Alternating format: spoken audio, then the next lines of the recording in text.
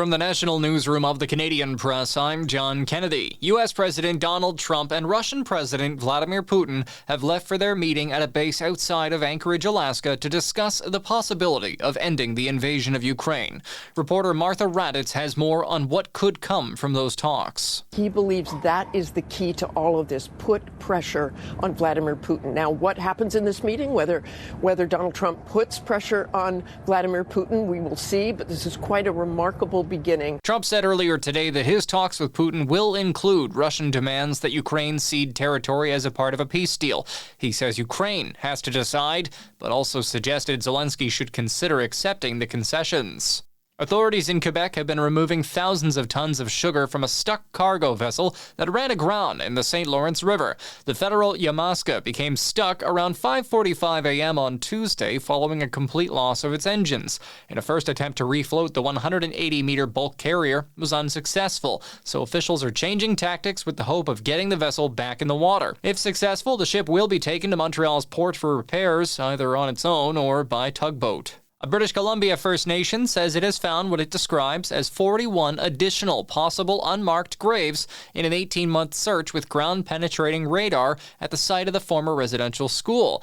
Shisha First Nation Chief Lenora Joe says they are working on the search efforts with 53 other First Nations who had children at the residential school. As we release this news, we want to protect our people and put our community and other First Nations whose children are directly impacted and connected to this in the forefront. We are not taking ownership of this trauma because that was done to us.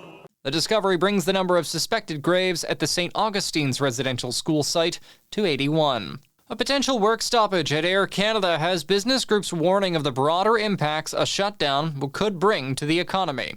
Toronto Region Board of Trade Chief Executive Giles Gerson says a brief shutdown would have a wide-reaching economic consequence, especially as Canada is working to reboot the economy amid mounting trade pressures. The Canadian Federation of Independent Business says 1/3 of Canadian small businesses depend on summer tourism seasons for their revenue, and most cannot afford to lose a single day. China has filed a complaint with the World Trade Organization over Canadian steel tariffs. China says it is disappointed by Canada's move to impose a 25% surtax on products containing Chinese steel, urging the country to correct its erroneous actions. Canada's trade dispute with China is ramping up this week after Beijing imposed a tariff of nearly 76% on Canadian canola seed. Naira Ahmed, The Canadian Press. This is The Canadian Press. In sports, the CFL will make way for the FIFA Men's World Cup next summer. Both the Toronto Argonauts and the BC Lions will play home games away from their respective venues during the World Cup, which will be held from June 11th to July 19th, with contests in Canada, Mexico, and the United States. Milwaukee Brewers rookie pitcher Jacob Mizorowski has been activated from the injured list after missing about 2.5 weeks with a left tibia contusion.